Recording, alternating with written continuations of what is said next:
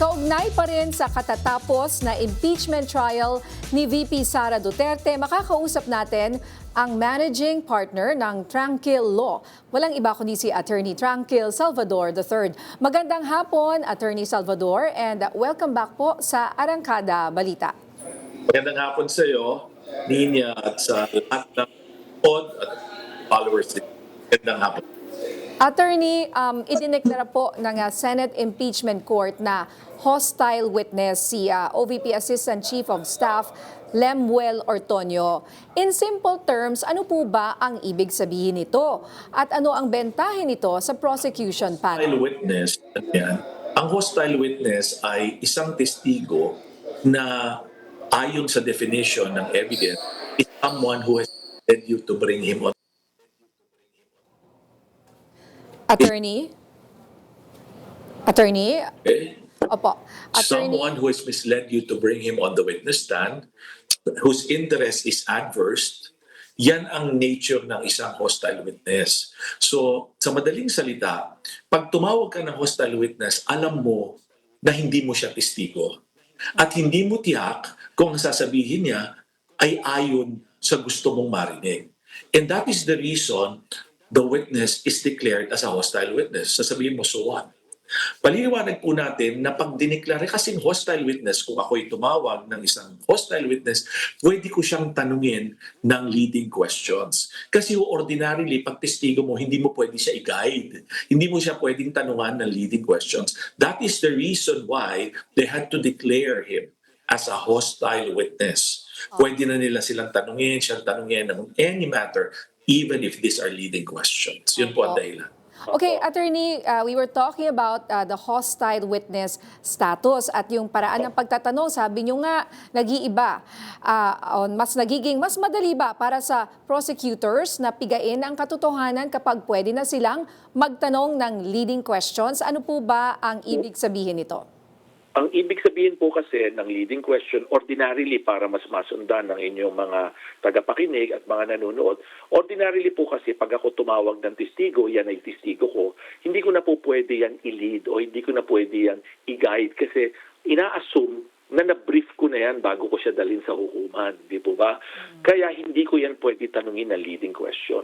Subalit, pag ang aking tinawag ay ina-anticipate ko na hostile witness, someone na ang interest niya ay adverse sa interest namin, for instance, kung prosecution yan, pwede. Kaya kailangan makikita ninyo, ika-qualify muna. Di ba? Kung napanood nyo kanina, sinabi ng presiding officer, he had to rule. O considering na ang trabaho mo ay coterminous, inappoint ka ng vice-presidente, at kung sakasakaling siya ay ma-impeach, ay mawawalan ka na rin ng trabaho. Sabi niya, ibig sabihin, ang iyong posisyon ay inconsistent sa prosecution. Therefore, he was declared as an adverse party, as a hostile witness. Ganun po yun. Kaya pwede na siyang tanungin ng mga leading questions. Opo, and then most of the time, para pong answerable siya ng yes or no. Oho, kasi kung makikita ninyo rin yung tanong ng prosecution lawyer kanina, actually, nakita niya siguro na hindi ko ito testigo, hindi ko siya talagang mahawakan in that sense. So ang ginawa niya, kung makikita nyo, she presented the documents para hindi niya maitanggi. Pinakita niya yung mga dokumento na maaring napirmahan ng testigo. Naalala niyo yun? Tapos sasabihin niya, totoo bang itong sinasabi mo? Totoo ba na disburse ang pera ng ganitong kahabang panahon? Di ba? Makikita niyo rin, maingat yung testigo. Dahil nga hindi nila testigo, sabihin niya, kung ano pong nakalagay sa dokumento, yan na yan. Di ba? Hindi niya sinasabi, yes, yan po yan. O correct. Very rare niya sinasabi yan. Sinasabi niya, kung ano yung sinasabi ng dokumento, malamang po yun yan. Opo, ganun yun. Alright, ngayon naman lumalabas sa trial na nauna raw humingi ng confidential funds daw ang OVP bago pa man nagawa yung physical and financial plan. Attorney, sa mata po ng batas, maituturing ba itong anomaly sa habla ng pondo? Ano po kasi ito? Siyempre, dahil ito ay galing sa kaban ng bayan, pera po ito ng gobyerno, ang requirement ay bago ka humingi ng pera, meron kang parang tinatawag dito, plano kung paano ito gagastusin. Lalo na, malaking halaga po ito, di ba? Physical and business plan. Kailangan alam mo kung paano ito gagamitin. Ngayon, kung nauna yung paghingi ng pera, hindi ko naman pwedeng sabihin kagad kasi pakikinggan pa ito ng mga judges na, ganito yung conclusion ko. Ayoko magsalita ng gano'n. Pero these are, I would say, mga instances na pwedeng magbigay ng pagtatanong. Okay? Or siguro sa salitang English, baka red flag. Bakit nauna yung paghingi ng pera kesa yung plano sa paggastos ng pera? Kasi, as I said, ordinarily, dapat mauna yung paanong gagastusin ng pera tsaka kahihingi ng pera. Kasi doon mo lang malalaman kung gaano talaga ang pangangailangan ng iyong ahensya. Opo. At para po sa karaniwang mamamayan, attorney, parang humingi muna ng pondo bago nag-isip kung saan gagamitin. Sobrang bigat ba nitong patunay laban sa OVP o pwede itong ma-justify bilang administrative delay lang? Okay.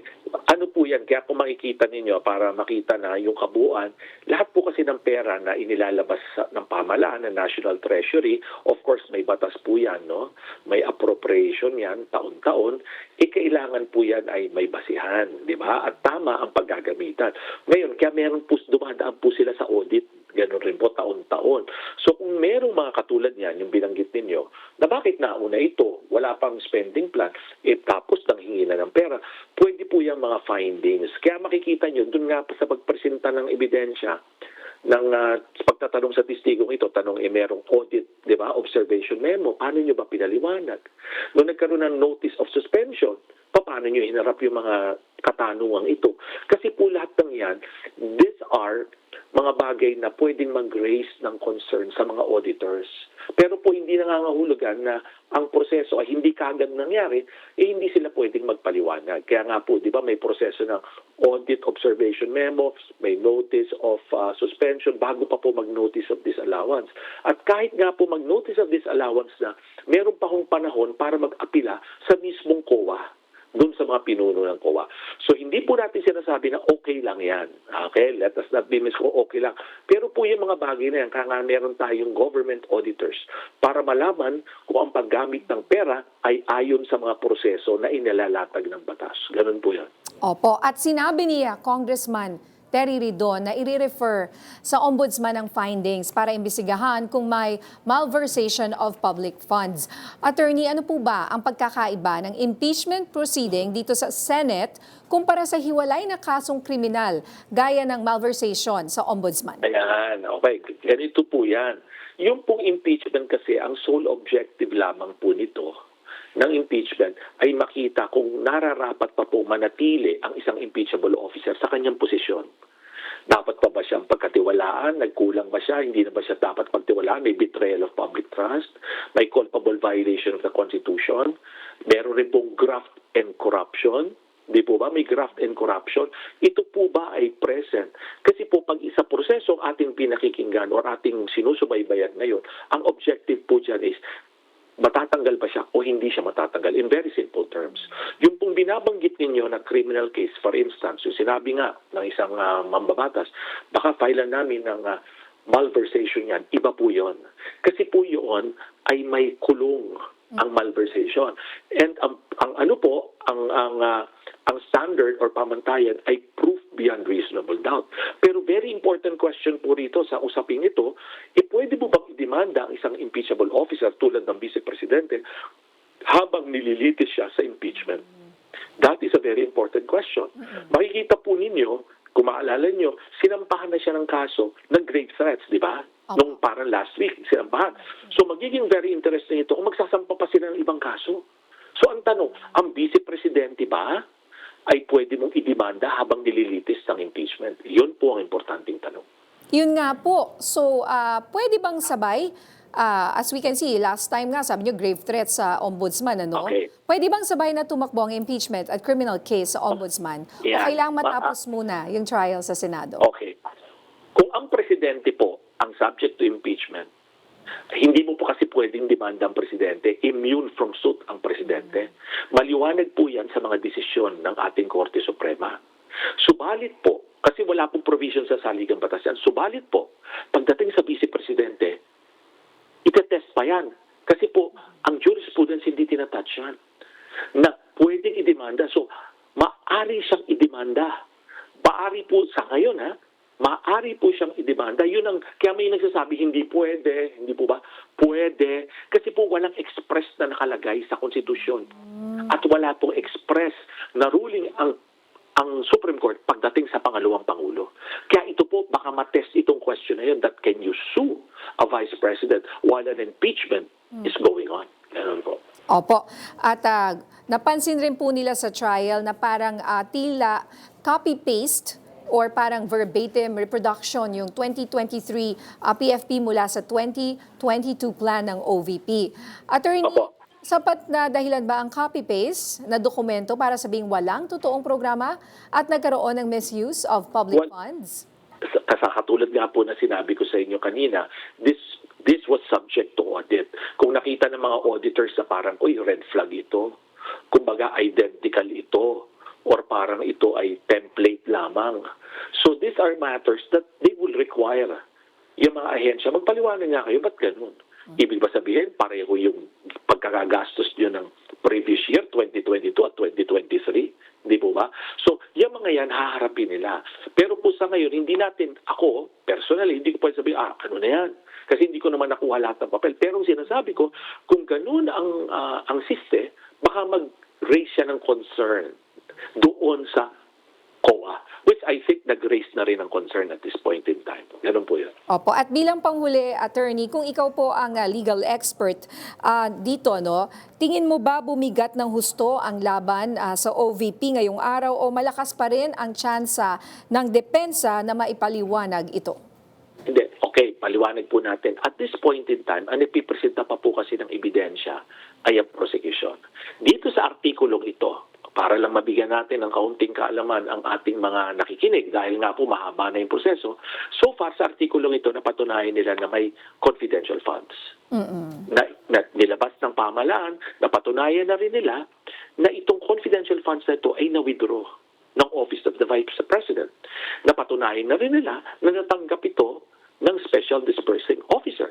Napatunayan na rin nila na ito, ayon nga doon kay Acosta, ay naibigay na doon sa hepe ng security ng Vice Presidente who at the time was Colonel La Chica. Yung aspeto na yon, maliwanag na yung flow na yon. Kaya ngayon makita nyo, ang nire-reinforce nila yung paggamit nito. Ito pa'y nagamit sa tamang paraan, makita nyo? Ito ba ay ayon doon sa nature ng isang confidential fund? Yung bang tree planting, pasok doon? Ang commencement, graduation, pasok doon? Yung pag-surveillance ng lugar na pupuntahan ng pangalawang Pangulo, pasok ba doon? Yung good governance na sinasabi nila, socio-economic activity ng Vice President, pasok ba doon? Lahat po yan ay titingnan nila. Kasi andun pa po sila sa aspeto na yun. At tandaan po natin, ang prosecution pa lang ang nagpipresenta. Meron na po sila mga napatunayan so far.